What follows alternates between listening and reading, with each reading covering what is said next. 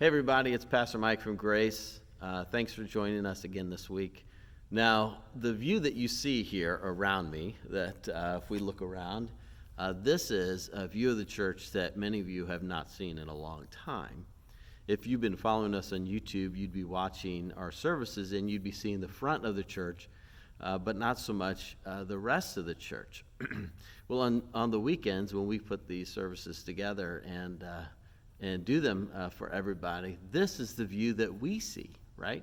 Mostly empty chairs and a big empty room, and we don't like it. We prefer to see people in our seats and smiling faces and people excited to be with each other and be together. And the good news is that we're going to begin to move in that direction, albeit slowly. Now, I've been reading in my devotions, in my own personal devotions about Esther. And Queen Esther, if you've never read that story in the Old Testament, you should read it with your children. It's a fantastic story. It's really quite riveting, quite exciting. In the story, the Jews in this kingdom are being threatened with basic complete extinction, annihilation. It's a horrible situation. And there's this woman named Esther who has, through a crazy series of events, found herself as the queen to the king who's going to pull this off. And she is told in the story, and I'm going to paraphrase a little bit, that maybe you have been chosen for just such a time as this. And I think about what that means for us, right, at Grace, and just such a time as this. This is a time that we're living in that's quite unique. Right? It's very different for all of us. And for us to think about what does it mean for us to serve the church, to serve the kingdom of God well in just such a time as this. What does that look like?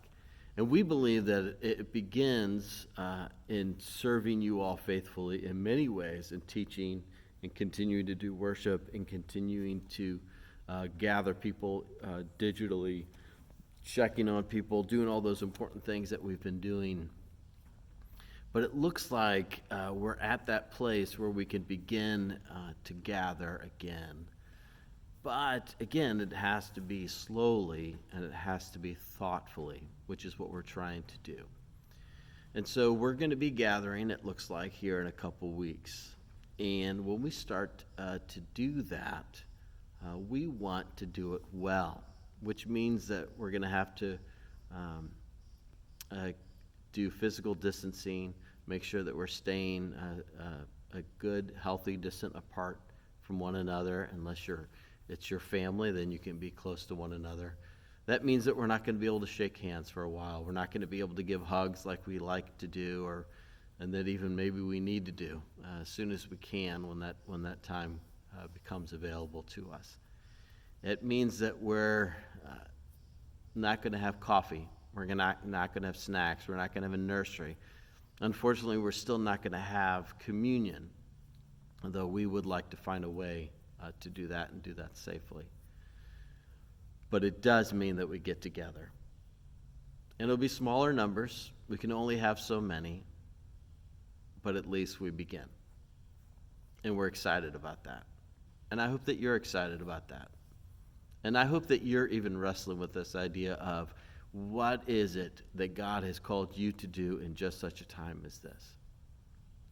How is it that you've been called to serve and to give back to God's people and to give of your energy and time to those who most need it during this time? Look, we love you guys. We miss you all terribly, and we cannot wait to begin to come back together. And Lord willing, it will be soon, very soon. We will begin to see your faces. It'll be a joyous time and another wonderful reminder that God has called his church to gather together and to love one another and support one another. God bless you. Love you all. Miss you. Hopefully see you soon. Bye-bye.